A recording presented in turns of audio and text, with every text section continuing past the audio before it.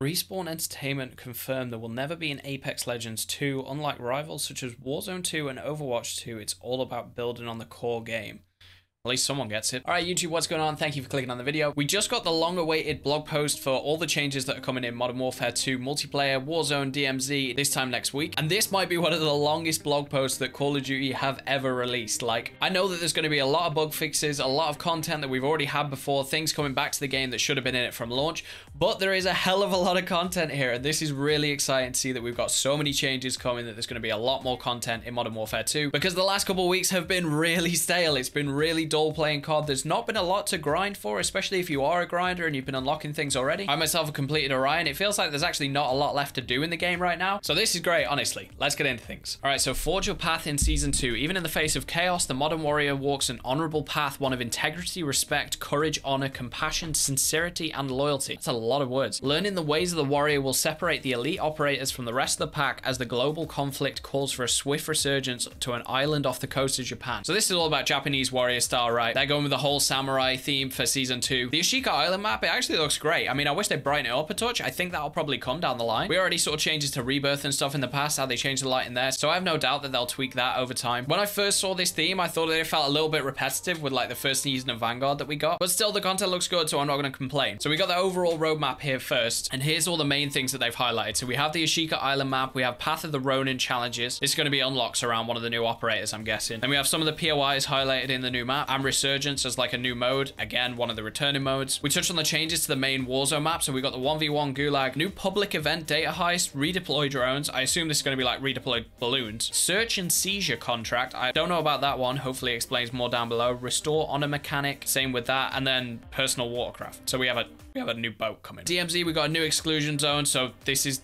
just DMZ on the new map. New boss, new faction, the bomb maker. I don't know if that's an operator or if it's a challenge type. I don't know. I guess we'll find out more. And then Modern Warfare 2 multiplayer. So this is where I was expecting to see the least content this season. All right, we got rank play coming. Really excited for that. A new raid. Cool. That's going to be coming every season. Multiplayer maps. We have Dome and Valderas Museum. So we have a map from Modern Warfare 3 that's been remade that technically already existed anyway, because this is in Al Mazrah, right? Like this is an existing POI. And then we have a map from the beta, which people have already played, but it wasn't included at launch, and we didn't know if that was because of an issue or what, but either way we're getting that back, I guess. And then we have a couple of battle maps, which I'm assuming is for ground war, and again it's caught up pieces of Al Mazrah, which doesn't surprise me too much. We have some new modes, so we got infected, gun game, grind, drop zone, all or nothing, and one in the chamber. But drop zone, all or nothing, and one in the chamber are all coming mid-season, not at launch. But infected and gun game being back, that's a W. I'm glad. And I didn't think that was going to launch for Season 2, I gotta be honest. I thought we were going to get them later, so that's cool. And with the ISO Hemlock assault rifle, is it me or does this look an awful lot like it could be an ACR kind of variant? It looks very much kind of like a blend between, I don't know, like the Kilo and the ACR, something like that. And then we have the KV broadside shotgun, which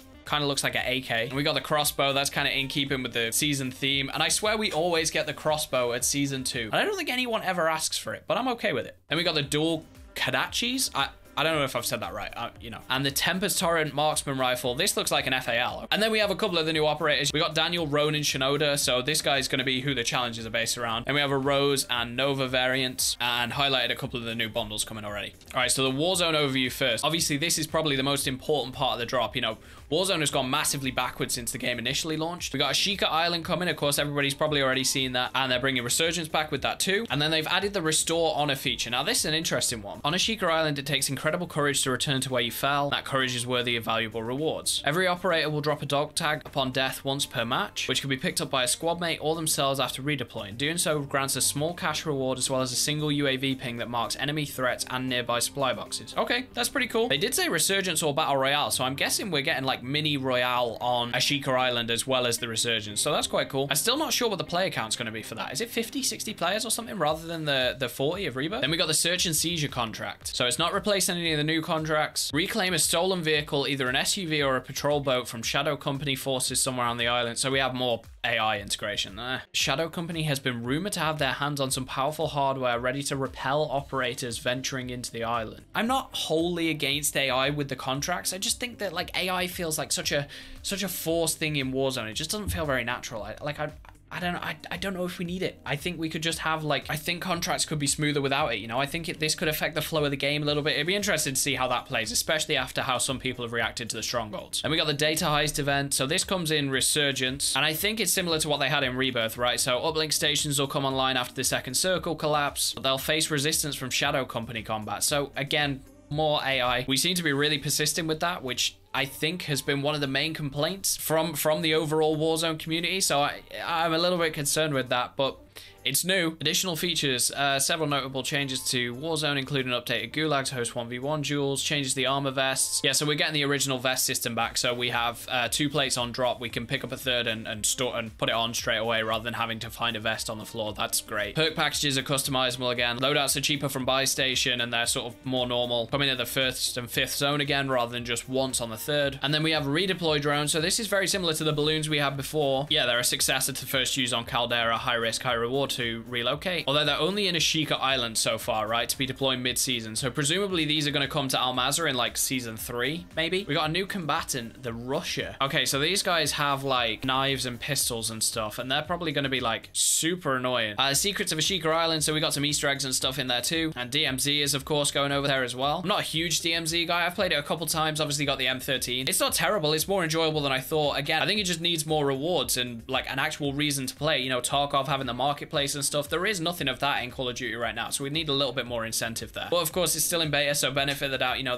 I'm sure they're working on that. Okay, so they've added Crown as a new faction, but this is only available if you have the main game. I think this is a mistake. I don't think that like free-to-play players should have to buy the full game to unlock certain missions and stuff. I don't really think that's it. Then we have a new boss, which is the Bomb Maker. Okay, so that wasn't like a contract or something before. It's actually the boss. New weapons case for Season 2, including all new permanent rewards for operators to flaunt. So we're going to have a couple of blueprints in there, presumably. Points of interest updates in Al Mazrah. So, okay, it looks like they've turned this kind of like desert area into Afghan, which of course we all knew it was. We recognize this little bunker. But they've actually crashed the plane in and everything now to make it true Modern Warfare 2 vibes. Enemy reinforcements have been redacted, resulting in a subterranean redacted between multiple points of interest in the north. We're confirming reports of redacted being recommissioned and ready for passengers on the main redacted in the region. So, okay, we'll find out more about that next week. I'm not even gonna whoosh over my head. Multiplayer, we have ranked play, finally. Another thing that I wish we had off launch, but that's okay. We never really do. 2 new maps, 2 battle maps, and half a dozen modes. We get 3 at launch and 3 mid-season. Cool. And we get hardcore back, finally, too. Rest in peace, tier 1. Okay, so do we have anything new in ranked play? The restricted modes, rules, 7 skill divisions from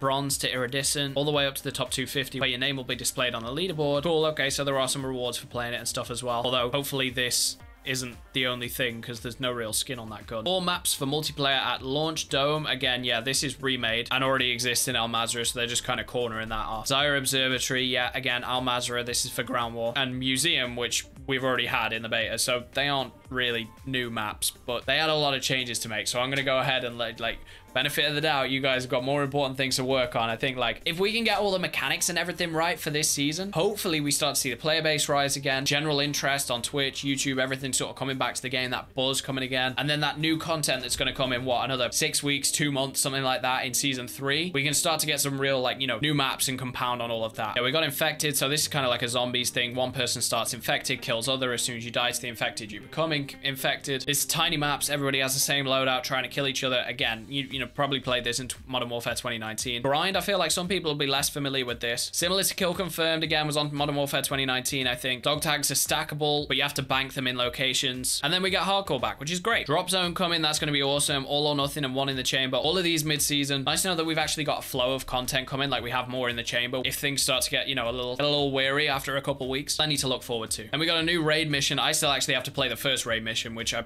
think I'll probably get around to in time, maybe. But this is just continuing the story. Prepare to squad up for whatever gauntlet lines ahead, even if that means on finding unlikely allies to help tie up those loose ends. So this is probably like a Shepherd tease, right? Like continuing everything that happened there. 5 new weapons, 3 in the battle pass. Okay, so this ISO looks even more like a Kilo from here, I think, like a Kilo ACR kind of mix. Broadside shotgun, again, the same. Obviously, it doesn't look much like a shotgun, so it'll be interesting to see, you know, how well that performs. Then we have the swords, the melee weapons, that's great. Crossbow, everybody knows how that works. But to unlock that, you have to unlock all 7 of the Path of the Ronin challenge events, or buy it. This isn't...